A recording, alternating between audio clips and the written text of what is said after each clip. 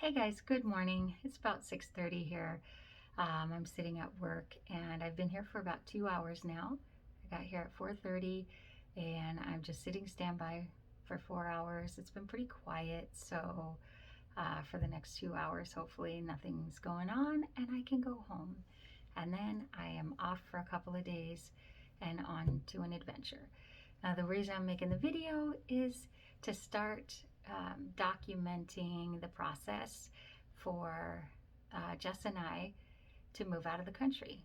Our dream, I know my dream for sure, is to live on the beach somewhere. And in the US is just too expensive.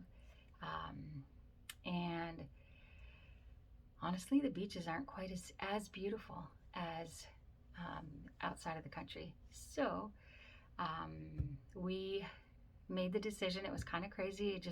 We were sitting watching the YouTube channel one day, and somebody was showing, they were walking around somewhere in Mexico, and I just casually said, "Ooh, we should do that. We should just move to Mexico." And it planted a seed, and the next thing you know, we're like, you know what? I think we could do it, and it would be so affordable. And um, so then we started looking at, okay, what if we don't go to Mexico and maybe we try Puerto Vallarta, and then, no, not Puerto Vallarta, um, uh, Puerto Rico. There we go. Try Puerto Rico. And then we thought about um, Portugal, um, Lisbon. So those are kind of, because we had to pull out a map and decide, okay, where can we live that's on a beach, that's affordable? And when I say on the beach, I mean, within blocks from the beach. I want to be able to walk to the beach. It doesn't have to be specifically right on it, but it has to be super convenient where I can go at 5 o'clock in the morning and sit there and meditate in the morning while it's really quiet and peaceful. That's what I dream about doing. So anyway, um, that's kind of how it got started. We just casually were talking about it, and the more we considered it, we're like, you know what? We don't have kids in the house. Our kids are grown and living their best lives. They don't need us. Um, and maybe it'll be even more of an incentive for them to actually come visit us. And mom, dad, I totally get it. I totally get it. That, um, as parents, all you want is to spend time with your kids once you don't have to actually take care of them. And they're busy, um, always running around somewhere, living their lives. So now I'm in your shoes, mom, dad. I'm ready for them to come visit me. But visit, not live. Keep that in mind when we go to Mexico or Portugal or Puerto Rico or somebody else. Just I got a text in the middle of the night that said, you need to go to Honduras. And so I might just have to look into Honduras. And if you guys have suggestions, it has to be commutable, and it has to be, and when I say commutable, like Mexico is 2.5 hour flight, and there are multiple flights a day on different airlines. So it's a lot easier to commute that way. Puerto Rico, I would probably have to transfer to Newark, but it's completely doable. So that's still on the table. And I think that flight maybe is 3.5 hours. So it's not terrible as long as there are multiple flights. That's kind of what I'm looking at. And I know as far as commuting, for most of you, this isn't something that is necessarily something you guys are going to be looking at if you're not airline. But if you are, this is kind of the first consideration when deciding where we're going. So then Portugal, somebody told me it was about 5 hours from DC or Newark. And I thought that's what it was, but then when I looked it up, I thought it was more like 6 hours. Either way, it's a longer flight, but if I can get all of my trips and if I could fly all in a block and then go home to Portugal for like a month at a time and then work for a month and then go home for a month and then be home every other month, I don't know, that could work. But those are my options right now that I'm thinking about. So then the next, I think, as we're weighing the different options, so those three options, Portugal, I've never been, so it's kind of hard to say yes. I mean, everyone has said, oh my God, it's beautiful. It's this amazing beaches. It's wonderful, welcoming people. And that's what I'm looking for. I want something where they're very welcoming and friendly. And so the first thing that I've done with all of this, I'm going to try not to make these videos too long, so I'll just give you a little bit and then we'll stop and then I'll add to it as we go and you can decide what you want to watch. So anyway, the first thing I did when trying to get more information from people that live there is I went on Facebook and I joined the whatever location I'm looking at.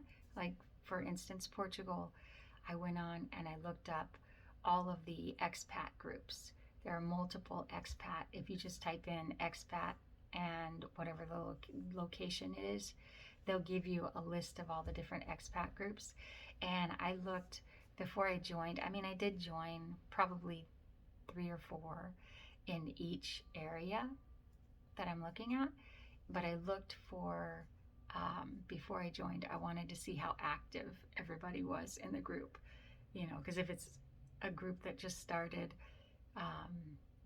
like 5 years ago and they post like 1 or 2, things very, very sporadically, then that's not really going to help me. So I just made sure the groups are very active, and that way you can go in and before you ask any questions, when you go into the expat groups, go in there and just so you know, expat is expatriates, and they for those of you that don't know this, it's for like the U.S. citizens or whatever citizen you are a member of, wherever you're from. When you want to leave that country and go to another country, you're considered an expatriate. Not that you don't love your country or you just want to get away from whatever. It's not a negative thing. It doesn't mean anything negative. It's just that's what they call you. And maybe at the time, years and years and years ago, that's how it started, was people were fed up and needed to get away from their country. And now it's just a matter of, if you're moving somewhere else, you're pretty much considered an expat. Anyway, so when you go in there, go to the top. Once you're in the group, go to the top to the search button. And if you have a specific question, type it in there. And chances are somebody has already asked the question. If you don't have a specific question, then just scroll through in the group and just hear what they're talking about, hear what people have to say. And that's the best way to get so much information. And then as you do that, if there's something specific you want to know that you haven't seen, then feel free to ask questions. But a lot of those people, like, they ask, people will join the group and without even looking, and that goes for every group you can imagine. Like, you just log into the group and you're like, okay, here I am. I'm going to ask you the same generic questions that everyone has asked for the last 5,000 comments, and it gets old. So that's what, like, I haven't been scolded yet, but I've seen it. So I'm just giving you a little tip. Search through first and before you ask your question. And again, just because I say that, don't be afraid to ask questions, because that's what they're there for. And there's so many people that are so wonderful that are happy to help. It's just when you ask a really generic question like, um, I want to move out there. Where should I live?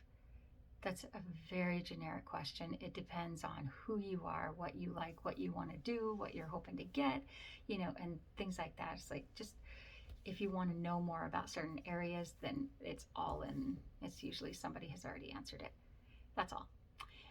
And I think I will just stop there with that much. And then um, I will let you know how things are, how we're narrowing things down. And there's been a lot of craziness going on that just keeps changing our decision on a regular basis. So it is, um, when everybody asks, okay, what is the final decision? Where are you going? Darn it, I can't say yet because every time we make a decision, something pops up and it's like, oh my God. I can tell you right now, COVID has not been very kind when it comes to trying to move out of the country at this moment. That's one thing I can say. It's going to be a challenge, but I'm so up for it. Nothing is going to discourage me. Um, Jess and I have been just getting more and more excited as the time goes on.